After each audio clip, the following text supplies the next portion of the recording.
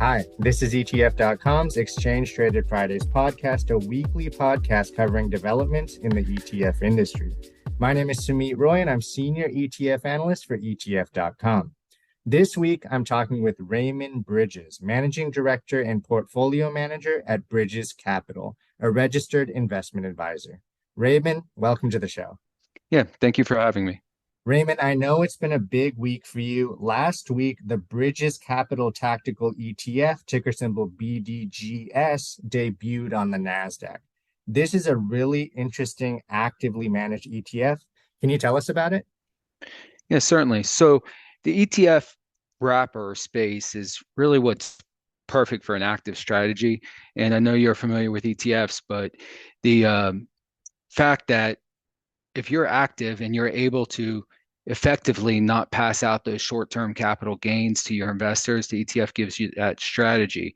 And that's really the reason why I moved my clients into this ETF in order to um, give them that opportunity for the tax efficiency that ETFs provide when we're doing this type of strategy. So basically, the process seeks capital appreciation, but it has a preference on capital preservation.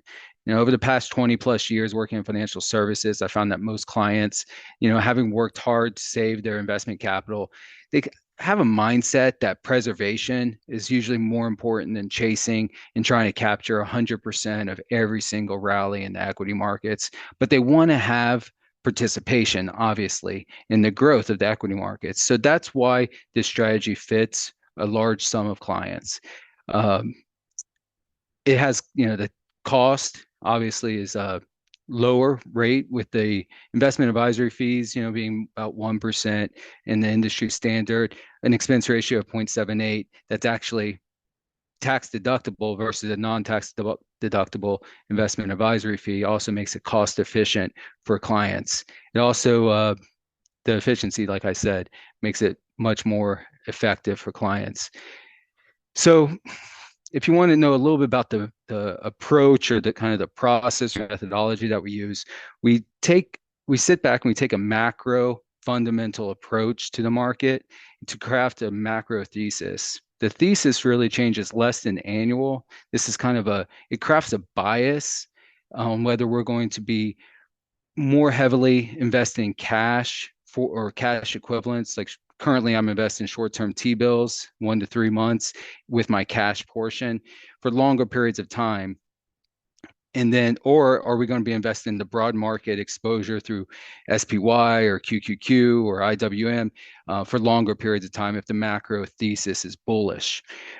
Currently, macro thesis has been bearish for a little over a year, but that doesn't mean we sit in cash for the whole time. Based on a technical breadth analysis and volatility analysis that we use, somewhat proprietary, but we look to move the cash portion into broad market exposure to participate in some of the bear market rallies that we had last year and capture those returns. And then we move back when that macro thesis is bearish, continues to remain bearish, move it back to cash and just kind of sit it out. So super interesting strategy, Raymond. I want to go a little bit deeper into the fund. But before we do that, you mentioned that you're moving your clients into this ETF. So for people who aren't familiar with you, could you share a little bit about your background? Yeah, well, my background has been in financial services since early 20s, economics, undergraduate, master's in accounting. I'm a certified public accountant, but I've been running a independent investment advisory firm after I left Wells Fargo around 2015 timeframe. So through that, through the COVID exposure, through the 2021 bear market rally, did really well for my clients. This strategy was able to protect when clients were, the overall market, say in COVID, was down about 40%, 30%. My clients with an active strategy, I protected them. Everybody had SMAs and different investment allocations. They weren't doing exactly the fund, but peak to trough was around 8%, when the market was down about 40. And then that year was a phenomenal year for us because when the monetary policy changed, when Powell stepped up and basically said he was going to support the market during the COVID regime, came in and created special purpose vehicles and really supported the equity markets. We were able to get reallocated and participate in that growth with this strategy. Similar scenario last year when monetary policy started to change early in the 2022 timeframe, the macro thesis changed to bearish, and we're able to hold cash for long periods of time and really protect over those significant washouts that occurred last year. But we did participate in multiple of those bear market rallies to really help our clients out last year.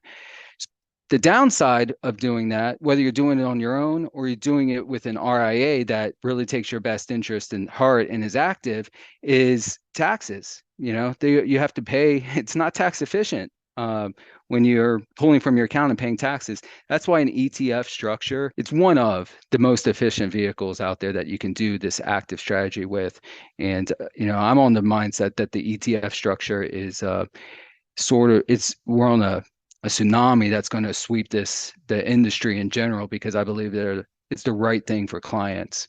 That's super interesting. I do wonder if other advisors are going to follow in your footsteps and kind of launch these ETFs. As I understand it, you used a white label issuer as your platform, Alpha Architects. Why'd you go that route, and what was the process like? Yeah, so the Alpha Architect, I have nothing but praise for them. Wes is the CEO, and the whole team is right in line. I interviewed a few different ones. The company culture, the process, everything aligned with what I want to do. I've always been client centric, want to make sure everything goes right for the client. It's the right thing to do with the cost, and then all of the back office support. So the white label, just to give you a little bit, or your listeners a little bit about how it works, is an ETF is obviously it's owned by the shareholders. There's a fiduciary board, a trust that's in charge, that's independent, and then there's the advisor and the sub-advisor. So that's sort of the white label service. So the Alpha Architect has that structure for you, has the relationships with the market makers, has relationships with compliance and legal and different items to really get it up and running. And then you have that fiduciary board that's independent, established, that's always looking out for the investors. And that's really the way the ETF structure works. That's awesome. And do you have plans to launch any other strategies within the ETF wrapper in the future? Right now, this strategy is long only. We move into T-bills when we hold cash, and long only, and that gives it the broadest range. I'm on the mindset that a cash position and an equity allocation is sort of a lower risk short position, right? So when you're holding cash in an equity allocation, you are kind of bearish, right? But you're not going to be hurting when the market continues to rally, especially with your 20% allocation in long-term, high growth companies. You're still able to participate in that.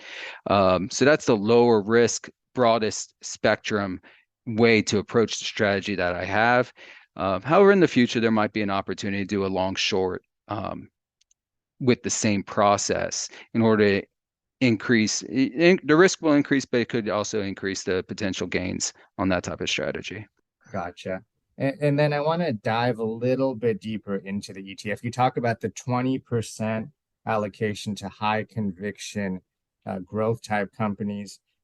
How do you choose these? And I'm assuming they're not just FANG stocks, right? um, I wish your assumption was more correct, but it does lead. So the first filter to look at, and the reason we do this is because what's really driving the market is the large mega caps. Whether it's in a bull market, bear market, any of these rallies, what's driving 40% of the market capitalization, SPY or the QQQ, is the top 10% stocks. So we look at those, but I did filter them out. Certain companies, and I don't know if you see Netflix today. I'm not holding it, even though it's in the top 10% and it's running like crazy. But I do have a process where we filter some of those out. It's based on management, it's based on market saturation, a little bit about competition that's coming into the marketplace, and see if they can maintain their dominance in their segment. The other companies that we hold are the mega caps. Pepsi's in there, even though that's not really a FANG one, but that is something that is dominant in its industry. Apple, Microsoft, Amazon, Google, Nvidia, and Meta, and ExxonMobil. Those are the other holdings right now that are just long-term holdings based on their just market dominance in their segment, as well as the market cap. And they're all just cash machines. If you look at their earnings per share, I mean, ExxonMobil is like almost $15 earnings per share. Apple is like $6 earnings per share. These are just companies that make money hand over fist, and they basically own their segment in the marketplace. Fair enough. And, those stocks have been doing tremendously this year. So definitely paying off for the strategy. How about the other 80% of the portfolio? You mentioned shifting between cash and exposure to the broad US stock market. Right now, I think you mentioned you're a little on the bearish side. So how high would the cash allocation be today? Today it's at 85%. So, and it's been that way since April. We in the process. The reason is we had a nice little rally up through December, pulled back a little bit, had another little rally, and I was able to participate in those rallies.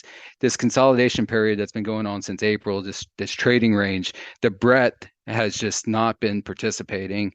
The volatility of the individual components, the majority of the components is very weak. The volatility is high, so it just doesn't lend itself to being able to expand this rally. The past 2 days we had a decent day in the Qs, right? They've kind of broken out. SPY still, it's within that range, even though we've been strong. IWM is below, and the Dow is below the April highs where we exited and started holding cash. So this range is just a consolidation period. I'd need to see breadth participating in order, volatility of the components as well as the breadth participating in this type of rally in order to give conviction that it's going to have legs. My bias remains macro bearish based on fundamentals, and that's what also gives that conviction to hold cash for these extended periods of time, because for sustained prices, higher and higher sustained prices, you do need macro fundamentals to hold on. Gotcha. Yeah, that makes a lot of sense. And, what do you think about the Fed and this talk about recession? Do you think the Fed is finally done? And do you think the US economy is going to avoid a recession or fall into one later this year? Yeah, well, there's an opinion, and I try not to invest on like assumptions. I try to manage around the risk and around what's occurring. However, with the Fed, I think just a few days ago, it was the chances of another hike was on the futures market was about 2.8%. Today, on the 18th of May, it spiked. It's up around 33% chance that there could still be another hike coming at the next Fed meeting.